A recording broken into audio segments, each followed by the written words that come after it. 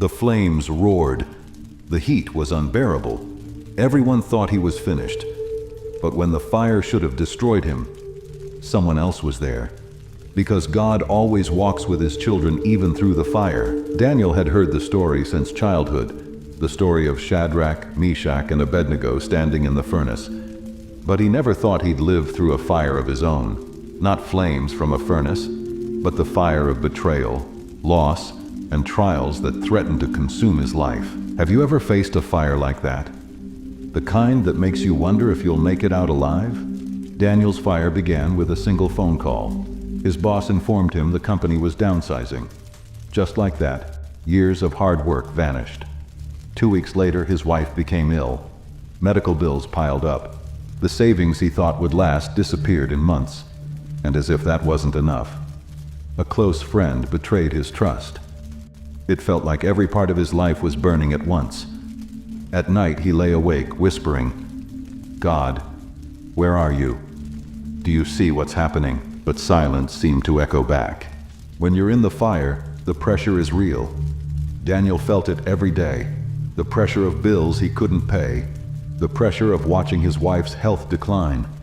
The pressure of feeling alone.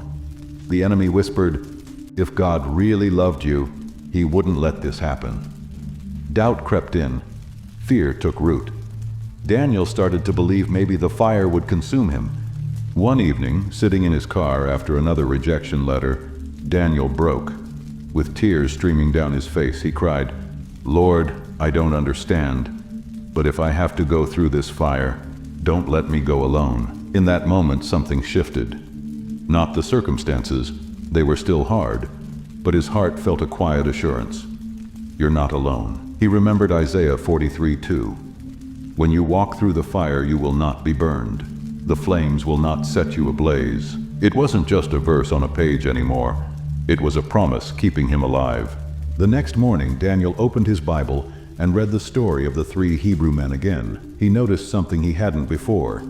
The king looked into the furnace and said, "Didn't we throw 3 men in? But I see 4, and the 4th looks like the Son of God." Daniel realized the miracle wasn't just that they survived.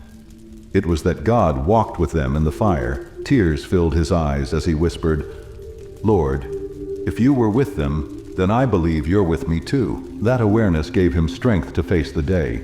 But fires don't end overnight. Daniel still faced rejection. His wife's health still required daily care. One afternoon, another bill arrived, more than he could pay. The fear rushed back. The fire seemed hotter.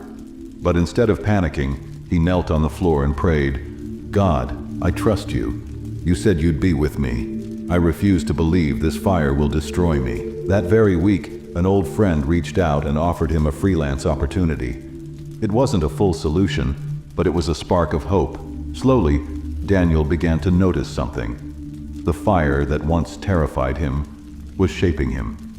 He was learning patience. He was learning faith. He was learning that God's presence was more valuable than a quick escape. The man who once begged for the fire to end was now discovering strength inside the fire. And just like Shadrach, Meshach, and Abednego, when he walked through, he didn't even smell like smoke. Months later, his wife's health began to improve.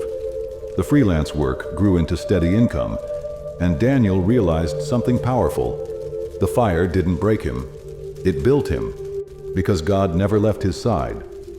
Now, when others face their own flames, Daniel shares his testimony. "I know the fire is hot. I know it hurts. But you're not alone. The same God who stood with me will stand with you." Friend, listen closely. God never promised life would be free of fire, but he did promise you'll never walk through it alone. Your trials may feel unbearable. Your losses may feel devastating. But there's another in the fire, Jesus himself. And when he walks with you, the flames cannot destroy you. They can only refine you. So if you're facing the fire right now, lift your head. You are not abandoned. God is with you, and he's turning your fire into testimony. Daniel's story and the story of the Hebrew men remind us of one thing.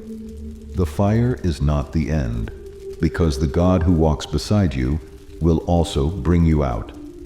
Pause, soft tone. Type Amen if you believe God is walking with you through the fire.